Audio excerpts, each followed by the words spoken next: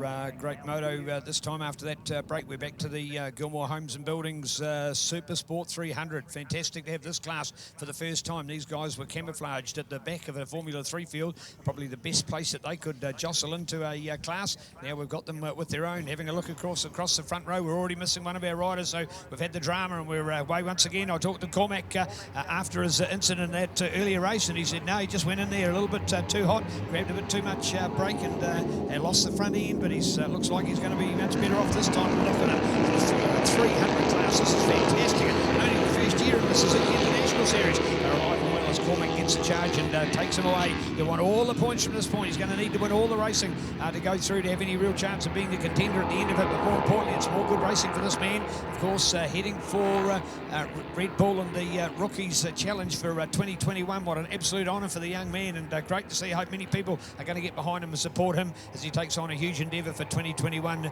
And of course, to see Juan Mir, who has actually become the first MotoGP champion to be an ex-rookie as well. So that's a fantastic attribute. Of course, we know that the rookies haven't been around for too many years, and now to actually see a true progression of the Red Bull rookies to go in then to MotoGP racing, and now to have the first ever MotoGP champion come from there. So well done. That's a win for Red Bull rookies and a win for Suzuki, of course, and a win for Juan himself, which was a beautiful year for that young man. Super consistent when others were going up and down, but what a great story to tell. Gilmore Homes and Buildings, a great sponsor to have on board. We love them from Wanganui, and they're a great team, so we'll look out for them as well. So Spider, great start out there for Cormac. That was an uncharacteristic mistake. You and I have both seen how well he's ridden in the National Road Race Series over the last year and a bit since he's debuted on the scene. So he's about hopefully going to have some more luck this time.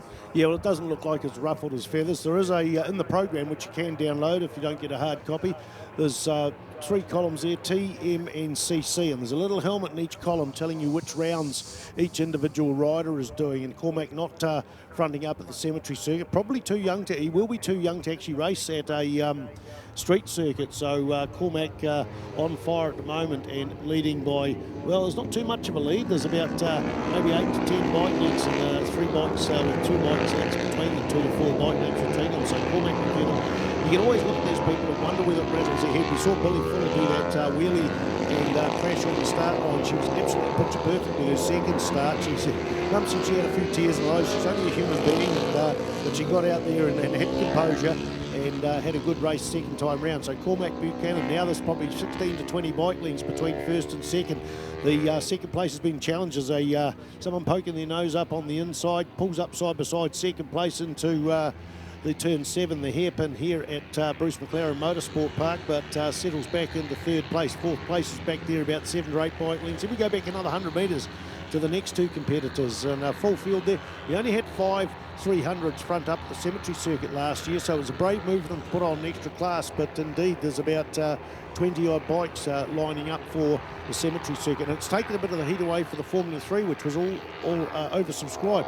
Formula 3 has been dropped from the National Superbike Championships last year, so all the people are coming to the Suzuki International Series to do that, so it's a wise move. It means an extra race in the day and days longer, but we're looking at that battle for second place there, Neil Ritchie. Yeah, great to watch indeed, and having an opportunity talking with our track operations man, Russell, before, and he was telling us just what a good viewing point it is to be outside on the hairpin 7 over there before Spider, over by the airstrip, and certainly reinforcing the fact that it's just a position where you can watch them with a change of the track as well, where it comes out of a bit of a dipper and goes up on a rise before it goes into a flat corner. The turn 8 over there, quite a flat one. He said it's spectacular to watch from over in that position, and I see a few people have grabbed a hold of that from an audience point of view there today as we get back on track with the Gilmore Homes and Buildings Super Sport 300 racing. Fantastic Cormac Buchanan, and the advantage out there at the moment over Caleb Gilmore himself, Harry Parker and there, Curtis Boyd. Look at that from the mainland. It's good effort from Harry and Curtis. Great to see them in there. Campbell Grayling, of course, a great protege out of Biggles Racing, and man who's been on the podium before today in New Zealand 125 GP racing. Another class that's dropped off the national radar. So a man like Campbell moving into 5th place ahead of Aaron Woodhead. Go to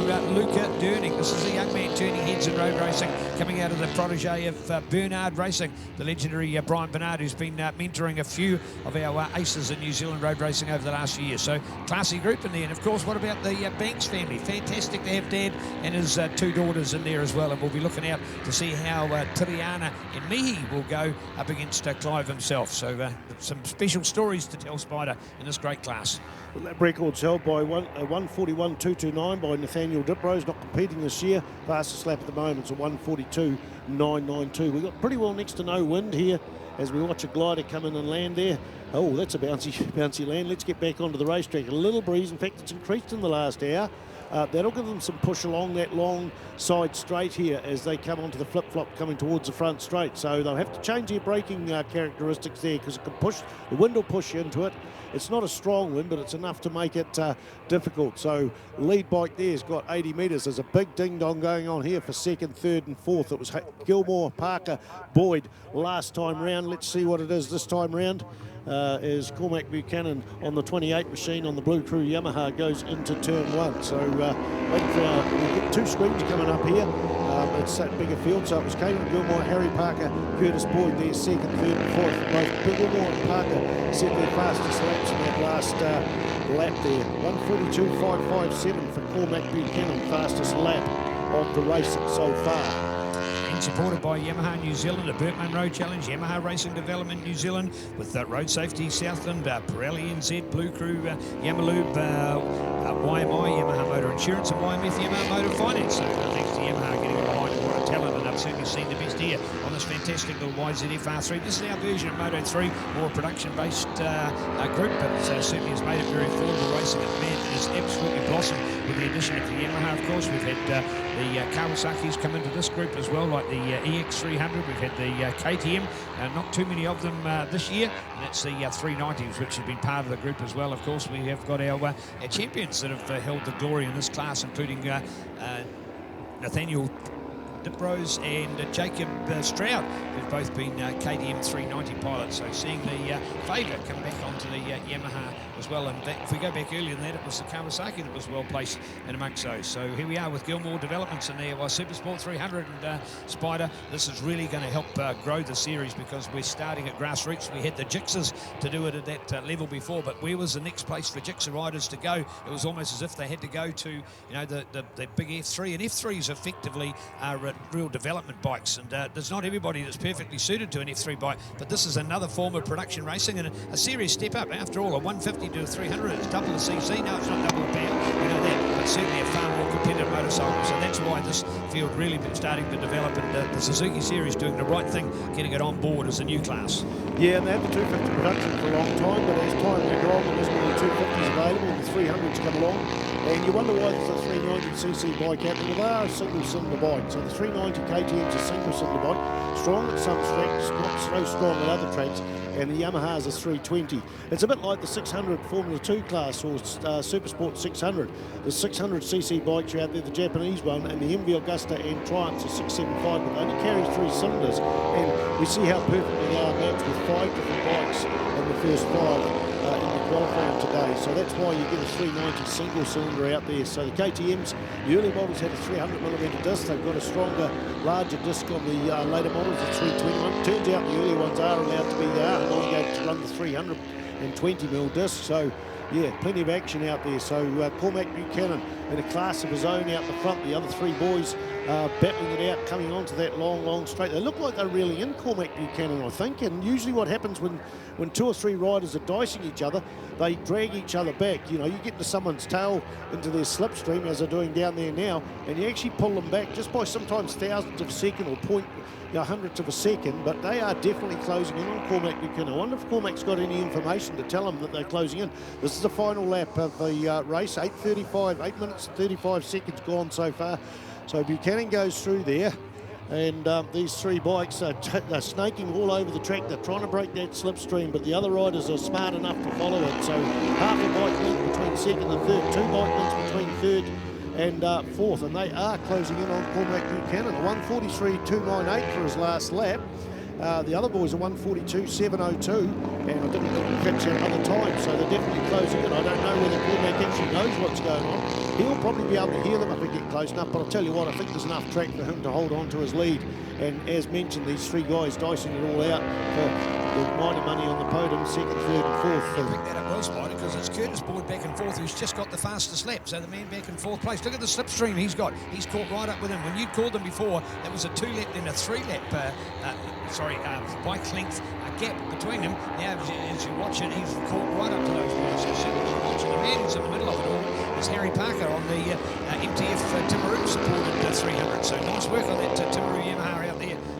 So they're our South Island boys that are going for it. Big challenge for them to be up here into the North Island, get him some more racing. Now, of course, we'll be back at this fabulous venue in March next year for the final of the 2021 NZSBK New Zealand Superbike Road Racing Championship. So valuable experience for these guys, as we only have a shortened 4-venue championship for our 2021 championship, which will be 2 rounds in the south, beautiful Ruapuna and Levels in January, take February off and come back in March for Hampton Downs, North Waikato, South Auckland, and here in beautiful Taupo for the final. As we look out for the challenge, watching the back marker could make a real difference. Cormac's got to watch that kind of thing as he realises the pressure comes on. So Cormac Buchanan looking for the challenge to come home. Checkered flag time in there, and then the challenge, trying to get the advantage, but moves over to the side to say, I'm not going to get that slipstream, and try and take it. So there it was, came down to a tight one, and I'll tell you what, when it goes to it, Caleb, Harry and Curtis, there was no change here at the moment, but Harry threw everything down on Caleb on that occasion, Spider, but couldn't quite get there. But for me, the ride of the race, to be honest, was Curtis Boyd. That fourth place round, that's Curtis is one of those kids that's been there or thereabouts, but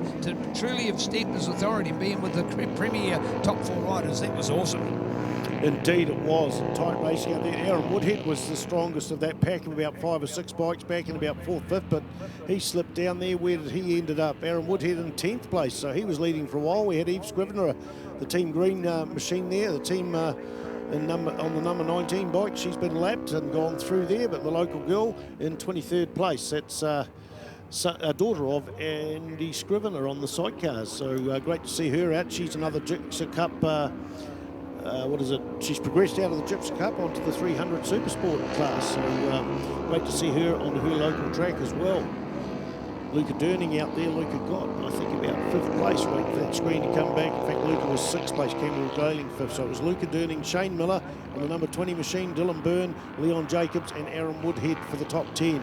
Justin Mortar there on the Gecko Portaloo sponsored machine, 27th, about 12th or 13th. Beautiful presented bike he has, and great numbers and great colour scheme as well.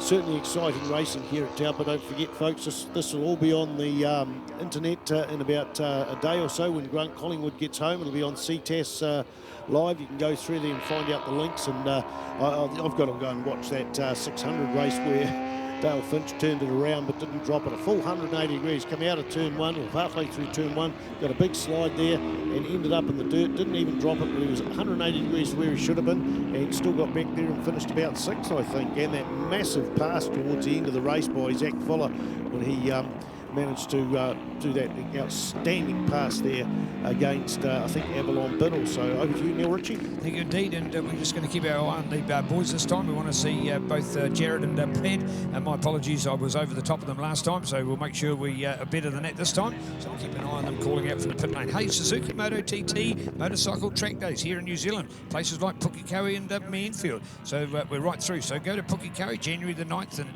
January the 24th. One's a Saturday, one's a Sunday, so it suits people if they're shift working or whatever time they've got available. Then you've got Manfield for a big 2-day event on the 30th and 31st of January. Bookings, please email ride at motott.co.nz. So great to see. Speaking about rides as well, and had a request, but unfortunately not available, but delighted at fielding Harley Davidson. Thanks to the boys down there. They've called a Manfield ride day on Sunday the 19th of January. Entry fees $100. You've got a public gold coin donation, so public can come along as well. They're raising money for a cool cause of the Palmerston North Methodist Social Services, looking after people in need. So there's stunt riders, there's drift cars, there's a swap meet, and there's a bike show as well. So fantastic. That's Harley Davidson fielding in their Magic Manfield track day on Sunday 9th of January. Over to you, boys.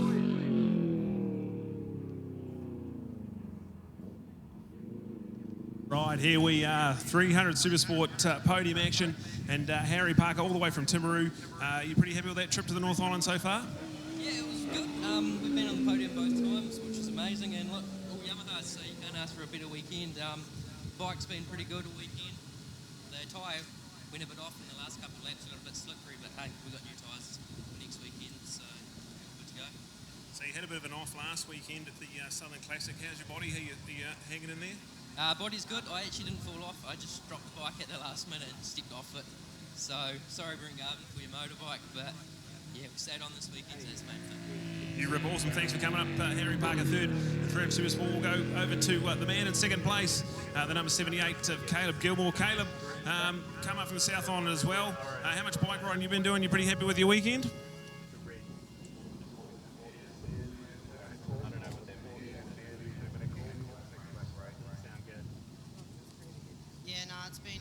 It's been quite difficult getting on the new bike and with the new suspension.